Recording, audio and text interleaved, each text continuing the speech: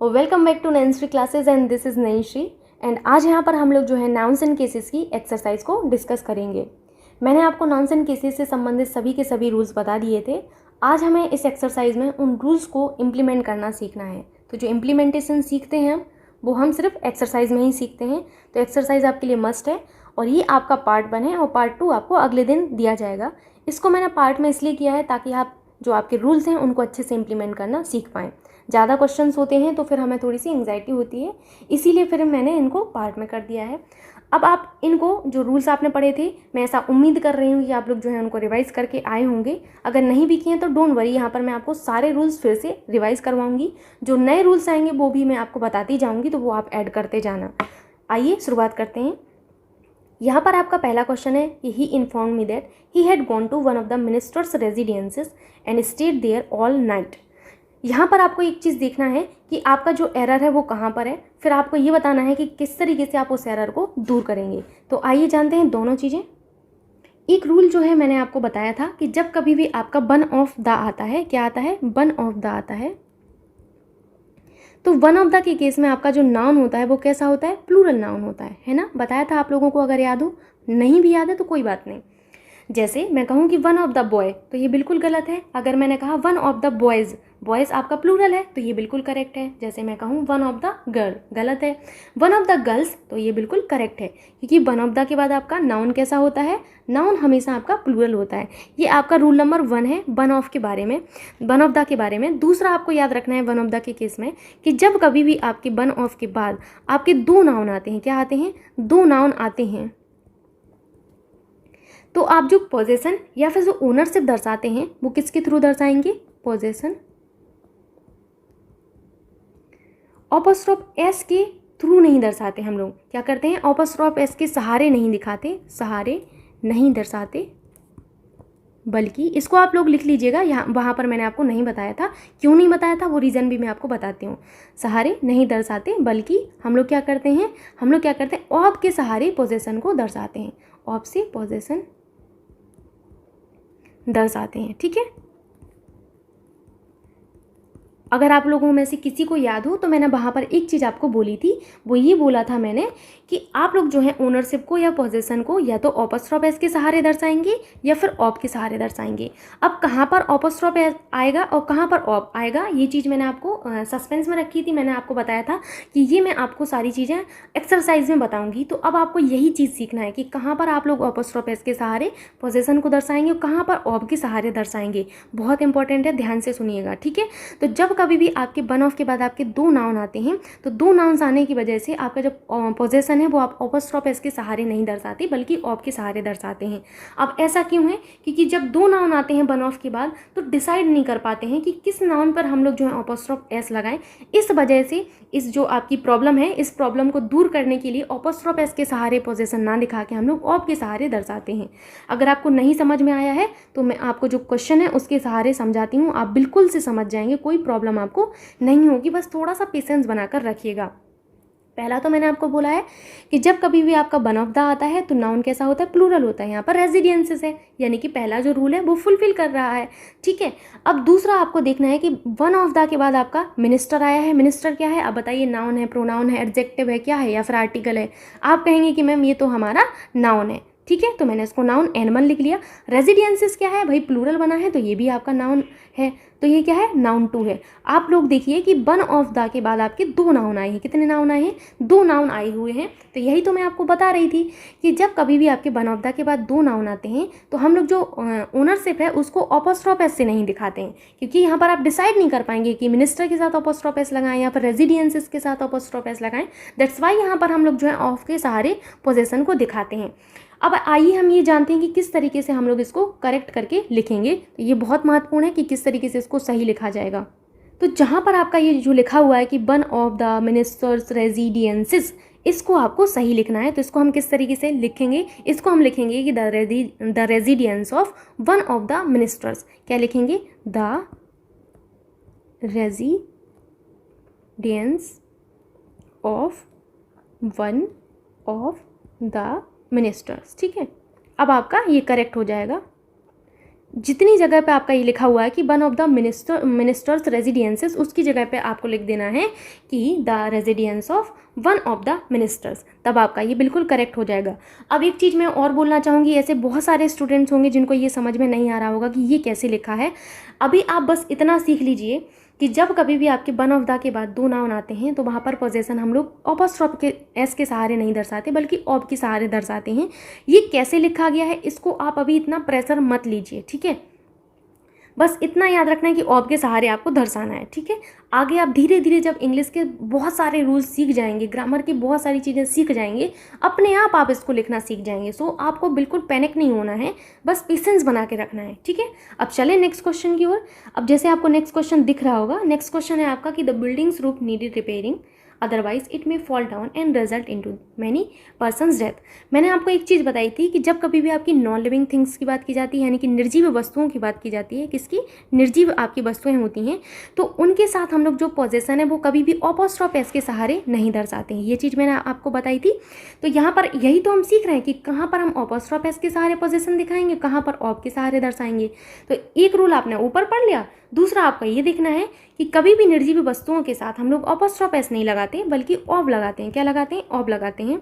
तो आप कहेंगे कि मैम बिल्डिंग्स के साथ जो अपॉस्ट्रोफ एस है, बिल्डिंग्स तो हमारा क्या है, एक निर्जीव वस्तु है, निर्जीव होने की वजह से हम यहाँ पर अपॉस्ट्रोफ एस नहीं लगाएंगे, हम क्या लगाएंगे, ऑब लगाएंगे, ठीक है। तो ऑब किस तरीके से लगाएंगे आइए इस बारे में जानते हैं।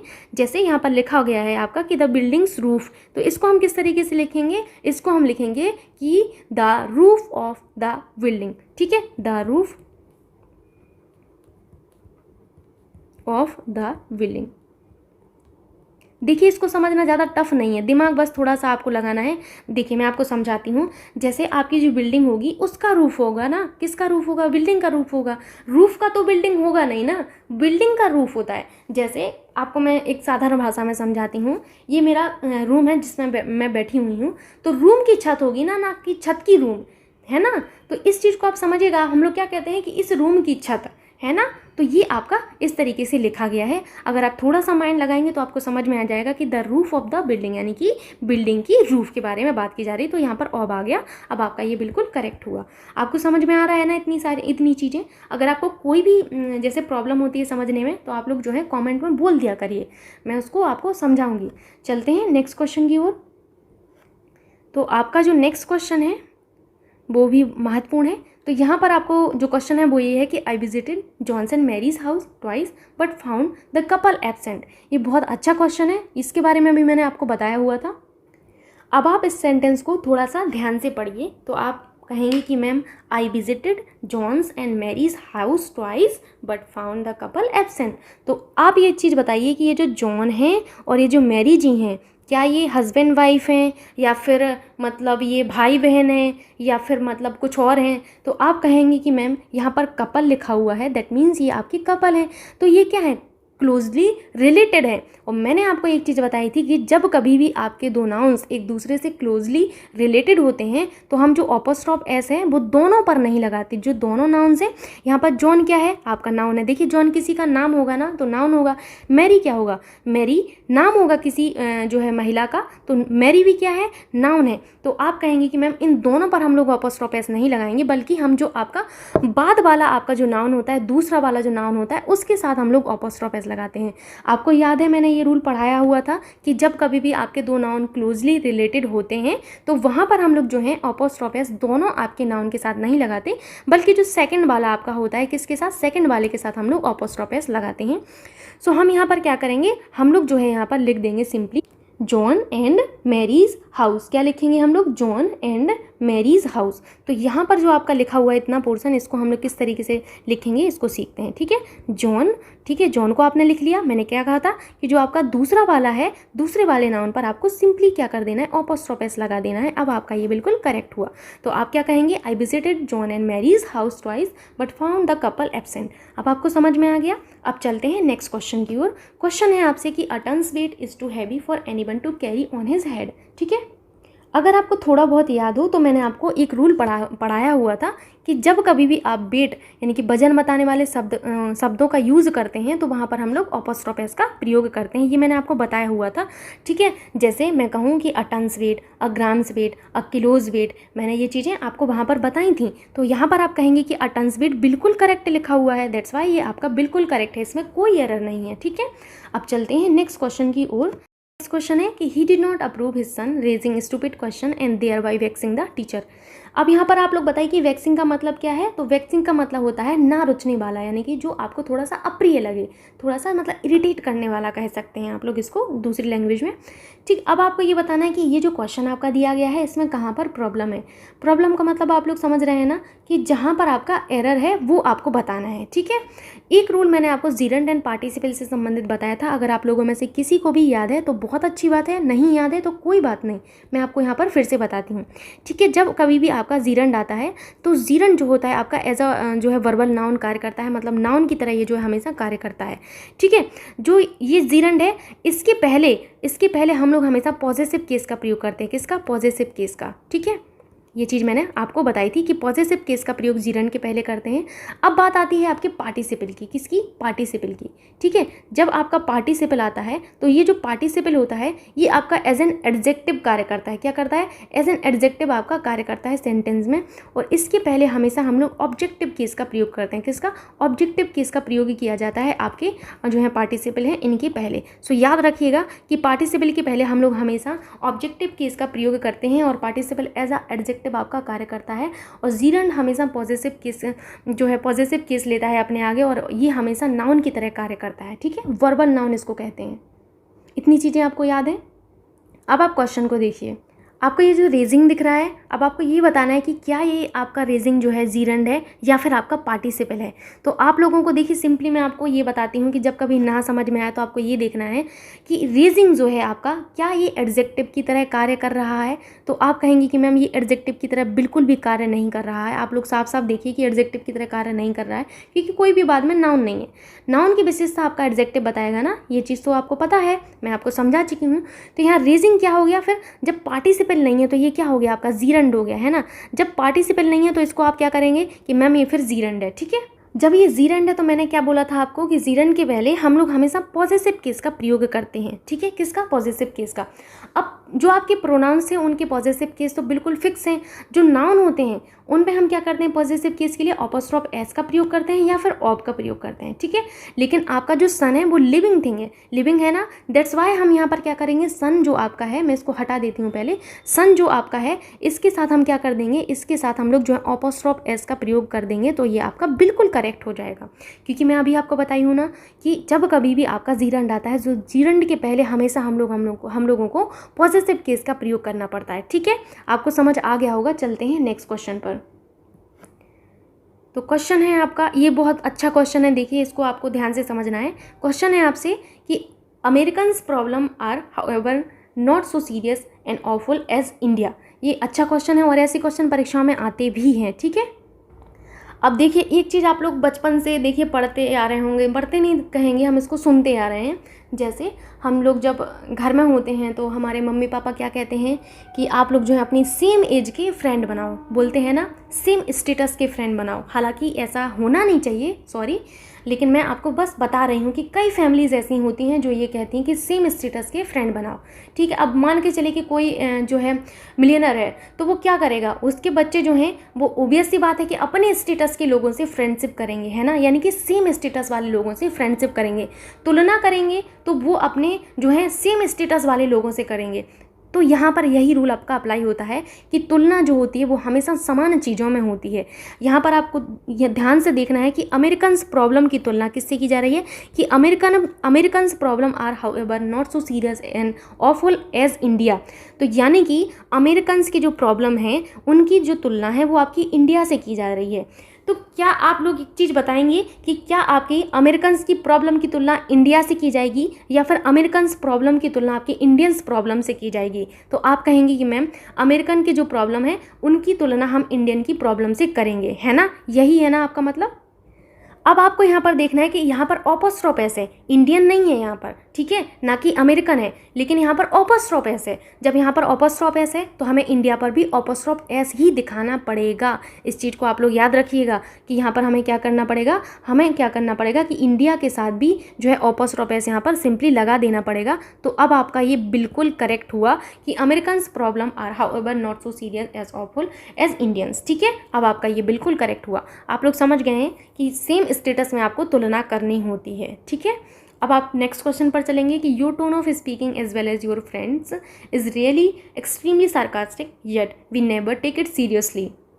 तो आप लोगों को क्वेश्चन समझ में आ गया होगा। अब आप क्वेश्चन को थोड़ा सा ध्यान से देखिए तो आपको चीज़ें समझ में आएंगी। यहाँ पर देखिए कि your tone of speaking as well as your friend, ठीक है, your tone of speaking as well as your friend की बात की जा रही है, यहाँ पर फ्रेंड्स की बात की जा रही है, सॉरी। तो आप लोगों को क्या यहाँ पर नहीं लग रहा है कि यहाँ पर एक ऑपोस्ट्रोफ एस होता तो हमारा काम बन जाता, क्योंकि यहाँ पर जब वाक्य का भाव समझेंगे तो आप समझेंगे कि योर टोन ऑफ स्पीकिंग मतलब आपकी जो बोलने की जो टोन है और आपके जो फ्रेंड के बोलने की टोन है, यानी कि फ्रेंड्स के बोलने की जो टोन है, फ्रेंड्स के ना, तो यहाँ पर आपको जो है क्या करना पड़ेगा, सिंपली आपको जो है ऑपोस्ट्रोफ एस लगाना पड़ेगा। ठीक है, तो आपका इस तरीके से ऑपोस्ट्रोफ एस लगा देंगे। क्या ये सही है? तो आप लोगों को ये चीज़ मैंने नहीं बताई है, अब मैं आपको फिर से समझाऊंगी अच्छे से कि जब कभी भी आपका कोई भी शब्द एस पर ख़त्म होता है, क्या होता है, एस पर ख़त्म होता है, तो वहाँ पर हम लोग ऑपोस्ट्रोफ एस जो आपका है वो किस तरीके से दर्शाते हैं, इसको आपको जानना होगा। तो वहाँ पर हम लोग जो है सिंपली एक कॉमा लगा देते हैं ऊपर की तरफ। कैसे लगाते हैं, आइए इसको समझते हैं। जैसे ये आपका मैंने लिखा था कि FRIEND और एस, फिर मैंने ऑपोस्ट्रोफ एस इस तरीके से लगाया, तो मैंने कहा ये आपका गलत है। फिर मैंने क्या कहा आपको, मैंने कहा कि जब कभी भी आपका एस से अंत होता है कोई भी शब्द तो हम क्या करते हैं, FRIEND, और ये जो आपका एस है इसको ज्यों कहते हो आप लोग लिख लीजिए, और यहाँ पर आपको इस तरीके से एक कॉमा लगा देना है। अब आपका ये जो है इसका पॉसेसिव बन गया, यानी कि यहाँ पर आपने देखा कि ऑपोस्ट्रोफ इस तरीके से लगाया जाता है ना। अब आपको मैं एक और चीज़ समझाती हूँ। जैसे यहाँ पर लिखा हुआ है कि बॉय, ठीक है, फिर मैंने किया बॉयज़। अब मुझे ऑपोस्ट्रोफ एस लगाना है बॉयज़ पर, तो मैं कहाँ पर लगाऊंगी, आप लोग बताइए कि इनमें से कौन सा आपका सही होगा। मैं पेन का कलर चेंज कर ले रही तो थोड़ा सा आप लोगों को समझ आएगा। क्या मैं इस तरीके से जो बॉयज़ है इस तरीके से ऑपोस्ट्रोफ एस लगाऊं, या फिर मैं इस तरीके से बॉयज़ फिर यहाँ पर एस फिर यहाँ पर इस तरीके से कर दूं? तो आप कहेंगे कि मैम फर्स्ट वाला करेक्ट होगा, क्योंकि बॉयज़ जो है हमारा एस से अंत हो रहा है। एस से अंत होने वाले शब्दों पर हम लोग ऑपोस्ट्रोफ एस सिंपली एक इधर पर ऐसा कॉमा कर देते हैं, तो ये आपका ऑपोस्ट्रोफ एस बन जाता है। ठीक है, ना कि इस तरीके से लिखते हैं। ठीक है, अब आपको चीज़ें समझ में आ गई होंगी। तो हम लोग सिंपली क्या करेंगे, यहाँ पर जो आपकी फ्रेंड्स है इस पर एक ऑपोस्ट्रोफ एस लगा देंगे, तो अब आपका ये करेक्ट हो गया। ठीक है, चलते हैं नेक्स्ट क्वेश्चन की ओर। आई होप आपको इतनी चीज़ें अच्छे से समझ में आई होंगी। और अब नेक्स्ट क्वेश्चन है आपका कि the finance minister boast of improving the economic condition of countries. यहाँ पर ये जो वोस्ट है इसका मतलब क्या होता है, इसका मतलब होता है डींगे हाँकना। मतलब यहाँ पर आप कह सकते हैं कि बहुत बड़ी बड़ी बातें करना, इस तरीके का आप बोल सकते हैं, डींगे हाँकना होता है इसका। ठीक है, या फिर सेखी बगारना आप कह सकते हैं इस तरीके से। तो अब आप लोग क्या करिए कि क्वेश्चन को फिर से रिपीट करिए। जब कभी भी एरर वाले क्वेश्चन आए उनको आपको 2 बार पढ़ना है कम से कम। तो आप पढ़ेंगे कि the finance minister boast of improving the economic condition of countries. क्या यहाँ पर आपको ऑपोस्ट्रोफ एस की ज़रूरत पड़ रही है? मैं सिंपली भी तो कह सकती हूँ कि the finance minister boast of improving the economic condition of country. हमें यहाँ पर ऑपोस्ट्रोफ एस की ज़रूरत ही नहीं है, तो हम यहाँ पर ऑपोस्ट्रोफ एस क्यों लगाएं भाई, हम इसको हटा देंगे। तो अब आपका ये करेक्ट हो जाएगा। ठीक है, आपको सिंपली क्या करना पड़ेगा, यहाँ पर आप लिखेंगे कंट्री, यहाँ पर ऑपोस्ट्रोफ एस की ज़रूरत ही नहीं है। आपको सेंटेंस को पढ़ेंगे तो आपको भी समझ लग जाएगा। नेक्स्ट क्वेश्चन है कि the life of the rich is not in many ways as peaceful as that of poors.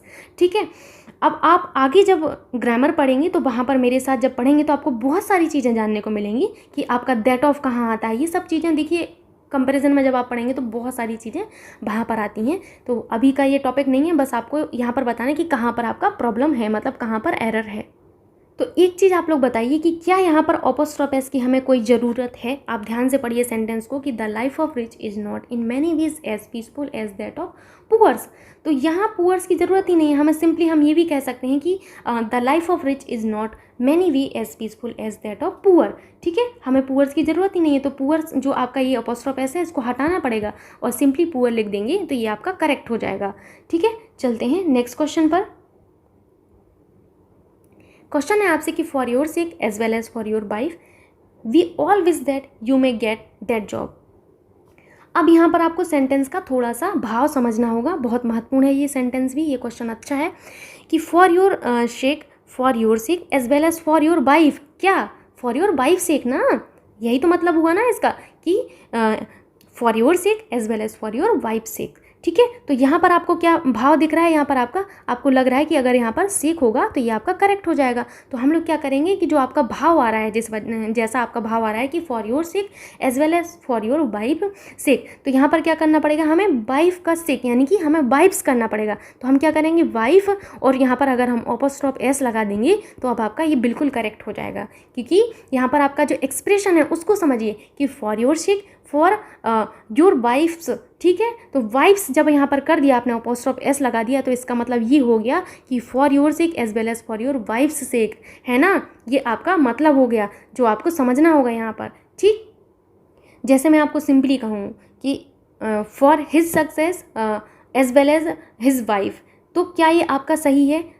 आप कहेंगे कि बिल्कुल नहीं सही है, क्योंकि यहाँ पर सक्सेस किसकी बात की जा रही है? फॉर हिज सक्सेस, मतलब उसकी success as well as his wife, तो उसकी वाइफ का क्या? सक्सेस ना। तो जब सक्सेस को आपको रिपीट नहीं करना है तो आप अपॉस्ट्रोफ एस लगा दीजिए, तो आपका सेंटेंस करेक्ट हो गया। समझ गए आप लोग? अगर नहीं समझे तो फिर से मैं रिपीट करती हूँ कि for his success as well as his wife, तो वाइफ की क्या? सक्सेस ना, क्योंकि हम यहाँ पर हिज सक्सेस की तुलना किससे कर रहे हैं? तुलना नहीं, सॉरी, एज वेल एज का प्रयोग किया गया है यहाँ पर, तो उसकी वाइफ और हम किसकी बात कर रहे हैं? जो है उनकी सक्सेस की बात कर रहे हैं। तो यहाँ पर आपको जब वाइफ के साथ सक्सेस को नहीं रिपीट करना है तो हम अपॉस्ट्रोफ एस लगा देंगे, तो आपका सेंटेंस जो है करेक्ट हो जाता है। नेक्स्ट क्वेश्चन है आपसे कि the expert mason reported to the owner of the hotel that there was no question of the walls falling down. यहाँ पर आप लोग एक चीज़ बताइए कि मैंने आपको ये रूल दो बार पढ़ा दिया है कि यहाँ पर जब कभी भी नॉन लिविंग थिंग्स की बात की जाती है तो क्या आप वहाँ पर कभी भी अपॉस्ट्रोफ एस का प्रयोग कर सकते हैं? तो आप वहाँ पर अपॉस्ट्रोफ एस का प्रयोग नहीं करते हैं। ये चीज़ मैंने आपको बताई थी कि अपॉस्ट्रोफ एस का प्रयोग कभी भी हम लोग निर्जीव वस्तुओं के साथ नहीं करते हैं। दैट्स वाई यहाँ पर हम क्या करेंगे, जो ये बॉल है आपकी ये जो बॉल है, बॉल क्या है आपकी? निर्जीव है ना, सजीव तो नहीं है ना? कि आप लोग बताइए सजीव है क्या? इसमें कोई मूवमेंट हो रहा है? नहीं हो रहा है। क्या हुआ? ये निर्जीव हुआ। निर्जीव होने की वजह से हम इनके साथ जो है अपॉस्ट्रोफ एस का प्रयोग नहीं करते, हम लोग सिंपली ऑफ का प्रयोग करते हैं। तो हम क्या करेंगे, हम इसको लिखेंगे कि the falling down of wall. क्या लिखेंगे हम इसको हम लिखेंगे सिंपली, जो आपका इतना वाला पोर्शन है, इतने वाले पोर्शन को हम लोग क्या लिखेंगे कि the falling down of the ball. अब आपका ये बिल्कुल करेक्ट हो गया। ठीक है, आपको समझ में आ गया होगा इतनी चीज़ें। अब चलते हैं नेक्स्ट क्वेश्चन की ओर। अगर नहीं भी समझ में आ रहा है तो कोई प्रॉब्लम नहीं है, आप बस इतना याद रखो कि निर्जीव वस्तुओं के साथ कभी भी अपॉस्ट्रोफ एस नहीं लगाते। ऑफ के थ्रू आप लोग जो है पोजेशन को दर्शाते हैं। मैंने यहाँ पर ऑफ लगाया हुआ है, अगर आपको दिख रहा होगा तो आप समझ पा रहे होंगे कि ये जो ऑफ है इसी के थ्रू हमने पोजेशन को दर्शाया है। आगे आप धीरे धीरे सारी चीज़ें समझ जाएंगे। ठीक है, चलते हैं नेक्स्ट क्वेश्चन की ओर। बस छोड़ना नहीं है आपको, ये सबसे बड़ी हमारी गलती होती है कि अगर हमें नहीं आ रहा है तो हम वहाँ से उस चीज़ को स्किप कर देते हैं। ये सबसे बड़ी मिस्टेक है। आपको किसी भी चीज़ को छोड़ना नहीं है। ठीक है, अब क्वेश्चन को पढ़ते हैं और देखते हैं कि कहाँ पर एरर है। कि the officer said that he appreciated his staff coming on time and cooperating him. शायद मैंने ये क्वेश्चन आपको करवाया हुआ है, शायद मैंने जब आपको जीरेंड एंड पार्टिसिपल समझाया था तो आई थिंक मैंने वहाँ करवाया था, लेकिन कोई बात नहीं, यहाँ पर फिर से हम लोग इसको करते हैं। ठीक है, मैंने आपको एक चीज़ बताई थी कि जब कभी भी आपका जीरेंड आता है तो जीरेंड के पहले हम लोग क्या करते हैं, पॉजिटिव केस का प्रयोग करते हैं। तो यहाँ पर आप लोग एक चीज़ बताइए, जो कमिंग है, ये कमिंग, क्या आपको ये कमिंग एडजेक्टिव लग रहा है? क्योंकि इसके बाद तो कोई नाउन है नहीं, तो एडजेक्टिव तो है नहीं। आप कहेंगे कि एडजेक्टिव की तरह कार्य नहीं कर रहा है। एडजेक्टिव की तरह जब कार्य नहीं कर रहा है तो ये पार्टिसिपल नहीं हुआ। अब आपने इतना तो फाइंड कर ही लिया है कि आपका ये पार्टिसिपल नहीं है। पार्टिसिपल नहीं है तो क्या हुआ? पार्टिसिपल नहीं है तो ये जीरेंड हुआ। आप कहेंगे बिल्कुल सही कहा आपने, जीरेंड है तो जीरेंड के पहले मैंने आपको बताया था कि जीरेंड के पहले हमेशा आप क्या करते हैं, पॉजिटिव केस का प्रयोग करते हैं। ठीक है, अगर आपके प्रोनाउन है तो पॉजिटिव केस आपके फिक्स हैं। जब कभी भी आपका नाउन आता है तो क्या करते हैं, हम ऑफ के सहारे या फिर अपॉस्ट्रोफ एस के सहारे पोजीशन दर्शाते हैं।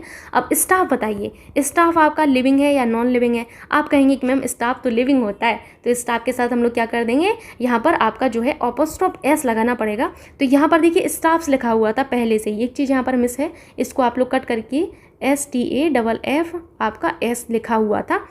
तो मैंने आपको क्या बताया था कि जब कभी भी कोई भी शब्द आपका एस पर ख़त्म होता है तो अपॉस्ट्रोफ एस हम लोग किस तरीके से लगाते हैं, इस पर सिंपली एक कॉमा लगा देते हैं, तो ये आपका करेक्ट हो जाता है।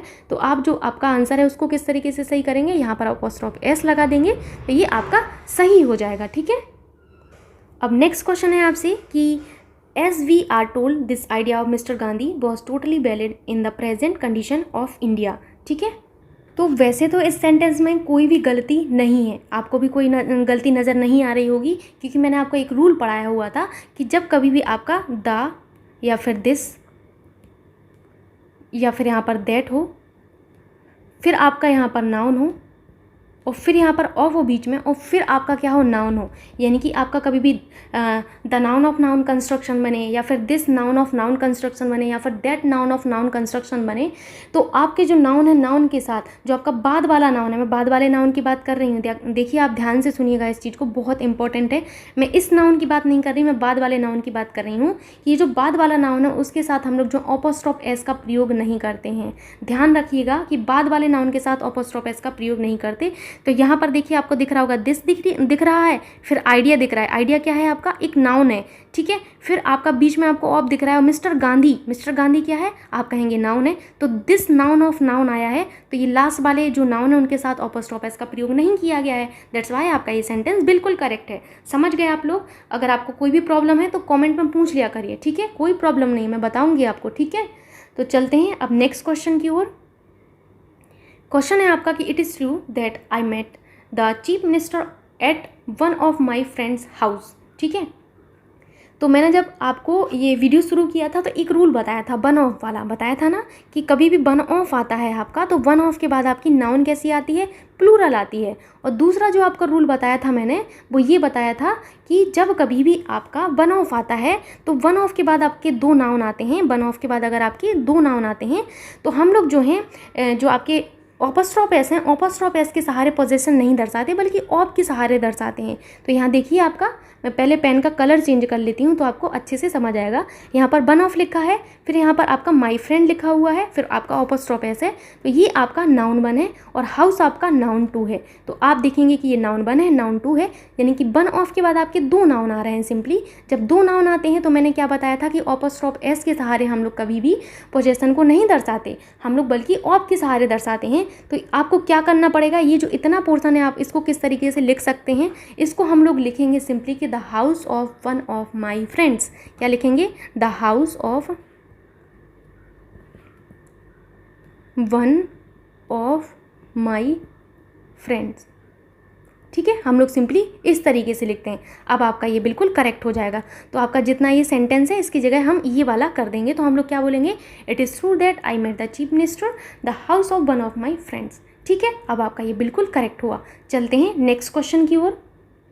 क्वेश्चन है आपसे कि the teacher said to us that one ought to work hard in order to attain one goal. ठीक है, तो एक चीज़ आप लोगों को बताना है कि जो आपका ये वन होता है, ये आपको दिख रहा होगा, ये आपका जो वन है इसका आपका जो है पॉजेसिव केस क्या होता है, तो इसका होता है ये आपका वन होता है, फिर यहाँ पर आप लोग अपॉस्ट्रोफ एस कर देते हैं तो ये आपका पॉजेसिव केस बन जाता है।